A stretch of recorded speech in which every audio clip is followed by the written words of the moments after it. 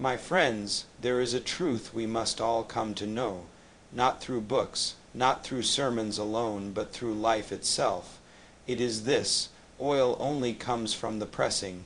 You do not get the fragrance without first crushing the flower. You do not taste the sweetness of the grape without first placing it under weight. And so too, in our lives, the finest things, character, wisdom, compassion, are often revealed not in moments of ease, but in moments of pressure. We do not grow strong when the sun is always shining. We grow strong when the clouds gather and the winds begin to howl, when the people we trusted turn away, when the path ahead becomes dark, when the weight we carry feels unbearable. These are the moments that shape us. It is there in the press, in the silence of midnight tears, in the wrestling of the soul, that our oil begins to flow. That hidden strength, that unseen grace, that untold resilience, it rises. You may ask, why must it be this way? Why can we not become who we are meant to be through peace and pleasure alone? But the answer lies in the nature of the oil itself. You see, oil, pure, valuable, healing, can only be released when the seed is broken. And so it is with us. We carry within us something sacred, something powerful, but it is often hidden beneath the surface, beneath pride, beneath fear, beneath comfort, and only the pressing can reveal it.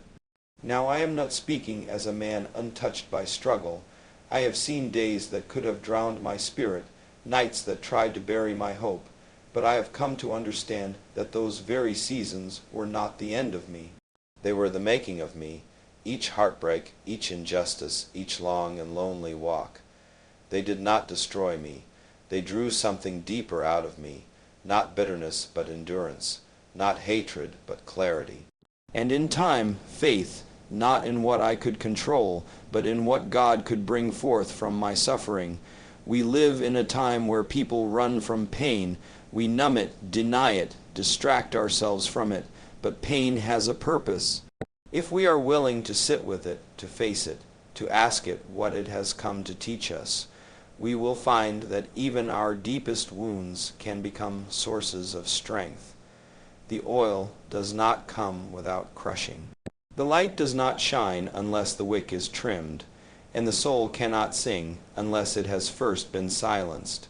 But I want you to know, you are not alone in your pressing. You are not the only one who has faced rejection, who has wept in silence, who has questioned whether the road would ever turn. What you are feeling is not weakness. It is the labor before the birth. It is the fire before the forging. And though it hurts, though it breaks you down, it is also building you up in ways you cannot yet see. We must learn to see differently, to look at pressure not as punishment, but as preparation, to see pain not as a dead end, but as a doorway. And when we believe, when we hold on to the truth that there is a hand greater than ours guiding our steps, that no tear is wasted, no suffering is ignored, we begin to stand taller even while bowed low. When you feel like you are being crushed, ask yourself this: what is being revealed in me? What strength, what patience, what kindness, what humility is being drawn out through this? And hold on, because the oil, your purpose, your power, your peace is coming. It may not come all at once. It may drip slowly at first, but it will come if you do not give up. The world needs your oil. It needs the version of you that only pressure can reveal. So do not despise the pressing. Do not curse the crushing, for it is doing a holy work within you. One day you will look back, not with bitterness but with awe, and say, it was good for me to be pressed, because I am not who I once was. And that, my friends, is how we begin to overcome. My friends, there is a strength that does not come from the body. It does not come from titles or wealth or the applause of others. It is the quiet, unshakable power that comes from believing in something greater than yourself. When you believe that your life has meaning beyond the moment, beyond the pain, beyond the confusion, that is when you rise. I have come to understand this. Feelings are real, but they are not final. Emotions move through us like wind. They blow strong, they shake us, but they do not have to root themselves in us. Anger, despair, fear, even shame. These are emotions that visit all of us, but they are not meant to govern us. They are not kings, they are not truth. And when you anchor your life to something deeper, something eternal, you begin to see them for what they are, passing clouds, not permanent storms. Faith is not denial. It does not say the mountain isn't there or pretend the valley isn't deep. Faith sees the full landscape and still walks forward. It says, even here, even now, there is purpose. Even this pain can become part of the plan. You see, when you believe that your steps are ordered, when you trust that your tears are seen, when you know that the weight you carry is not yours alone, then you find a peace that negative feelings cannot steal. It is not easy. When life turns upside down, when the people you leaned on fall away, when your name is spoken with lies, when silence answers your cries, it can feel as if the ground beneath your feet is giving way. In those moments, the temptation is great to give in to what you feel, to surrender to anger, to drown in sadness, to let bitterness grow like weeds in your heart. But those are the very moments when belief must speak louder. Believe that you are not forgotten. Believe that your struggle has not slipped through the cracks of heaven. Believe that the pressing is not to break you, but to bless you. I am not asking you to deny your feelings. I am asking you to believe through them, to let your faith lift your eyes when your heart is heavy. Because when we stop believing, we stop moving. And when we stop moving, we stop becoming who we are meant to be. Faith gives us direction when feelings try to distract us. When we trust in something higher, we do not need to be ruled by what is happening around us. A man may be surrounded by darkness, but if he carries a light within, he can still find his way. That light is your belief. It is your knowledge that you were not created to be defeated by sorrow, but to overcome it with dignity and hope. Sometimes people will look at you and not understand your peace. They will ask, how can you be calm when everything is falling apart? And you will not have to explain it. Your life will speak for itself. Because when your foundation is faith, you can stand firm even when the wind howls. Let us not be defined by reaction, but by conviction. Let us not allow fear to write our story. We were not made to be tossed like ships in a storm. We were made to carry something divine within us. That belief, that unwavering trust in purpose, does not remove our struggles, but it gives them meaning. It makes us stronger than our sorrow, deeper than our doubt. Each of us will face seasons where the night seems endless. But belief reminds us that the sun still rises. Each of us will face voices, inside and outside, that say we are not enough, that we have failed, that we should give up. But belief speaks back. It says you are still becoming. It says your pain has a purpose. It says there is more ahead. I have seen the power of belief, not in comfort, but in hardship. I have seen men and women stripped of everything, and yet somehow standing tall. Not because they felt good, but because they believed something good was still possible. That is the kind of strength I speak of, not loud, not proud, but rooted, grounded, unmoved by the shifting winds of feeling. So when the weight bears down on you, when the storm rages inside, remember, the pressing is not without promise. The fire is not without fruit. Your belief is not in vain. Lift your eyes above what you feel and trust in what you know, that there is a plan and you are still in it. That is how you overcome. My brothers and sisters, we often think of courage as something that only belongs to the bold, the loud voices, the strong fists, the fearless hearts. But I have learned that courage is not always loud. and it is certainly not the absence of fear. No, courage is the quiet decision to rise when everything in you wants to lie down. It is the steady step forward when your knees are shaking. It is not about what you feel. It is about what you choose in the face of what you feel. There are many who walk through life wearing masks of strength, hiding the wars within, and there are others who walk silently, carrying burdens we may never understand. Some battle fear each morning, some carry the scars of betrayal, some wrestle with shame, anger, or sadness that creeps in without warning. These are not signs of weakness. These are the marks of the human journey. And let me tell you, to feel is not to fall. To feel is to be alive, but to act in spite of those feelings. That is where courage begins. You may not always feel like moving forward. There will be days when the heaviness in your chest says, "Stay down." When the voice in your mind whispers you are not enough. When past failures shout louder than present hope. But if you can take even one step, even with trembling hands and tired eyes, then you have already begun to overcome. True courage is not found in moments of applause. It is found when no one is watching. It is the decision to forgive when bitterness feels easier. It is the decision to love when hate seems justified. It is the choice to stand when you feel broken. These decisions may not make headlines, but they change lives. They change your life. We must stop believing that bravery means being untouched by pain.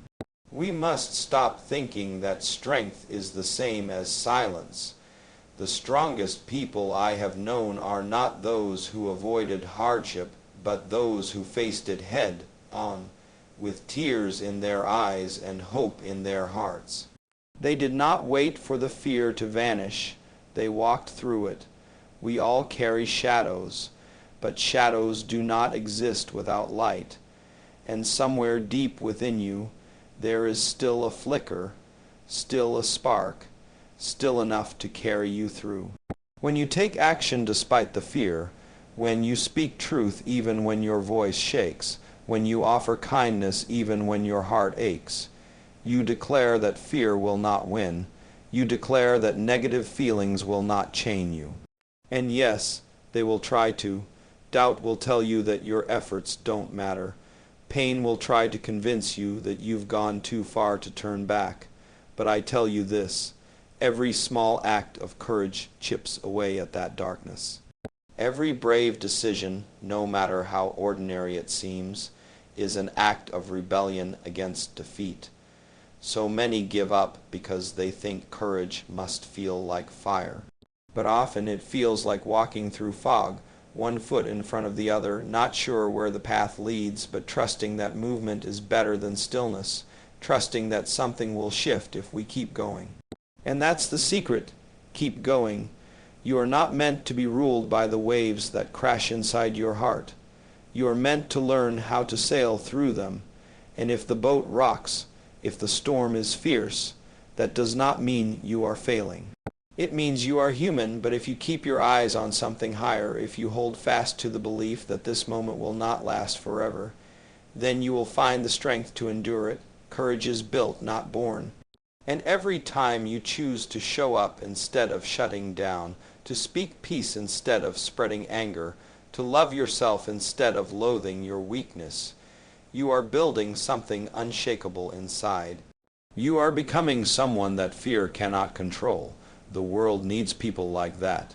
People who do not pretend to be fearless, but who rise anyway. People who know the weight of sorrow, but choose hope. People who have every reason to quit, but still choose to continue.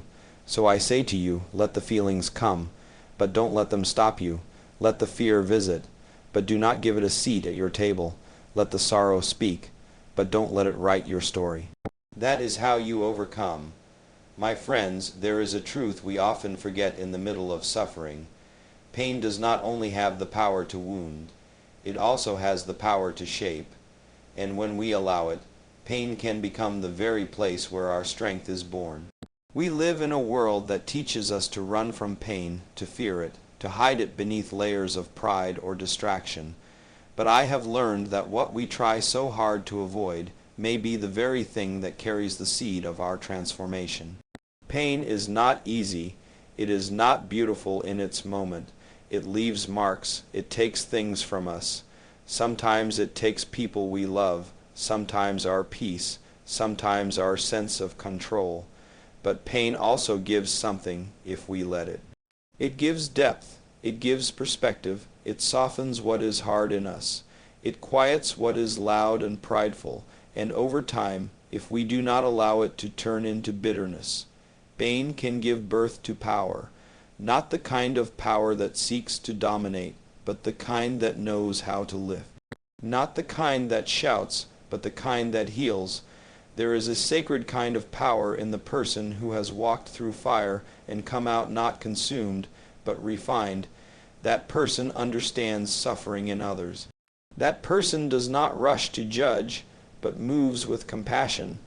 That person does not wear a mask of perfection, but carries a light that others can follow, because they have been pressed, and from that pressing came oil, not to destroy, but to soothe, not to inflame, but to anoint.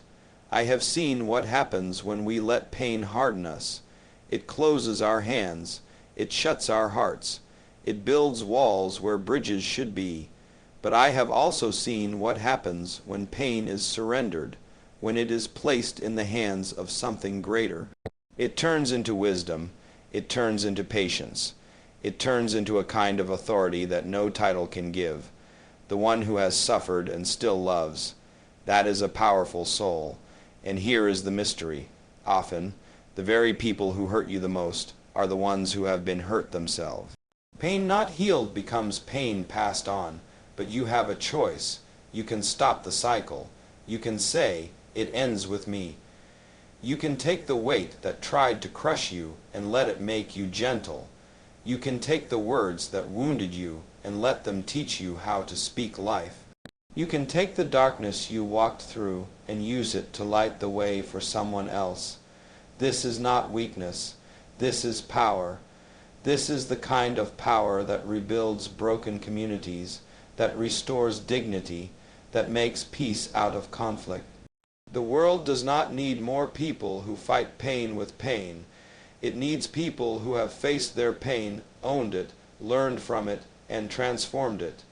That kind of person does not need to be loud to be heard. Their life speaks, and when it does, it speaks of hope. I know some of you carry pain so deep it has no words. You may feel that no one sees it, no one understands. But I promise you this, there is not a single tear that is wasted when placed in the right hands. There is not a single scar that cannot become part of your story of healing. You were not born to live angry or afraid or bitter. You were born to rise from the ashes of your suffering with something more than you had before. Let your pain become your power, not to harm but to heal. Let it teach you how to walk slowly through the crowd, how to look people in the eye, how to listen, how to hold the hands of those who are still where you once were.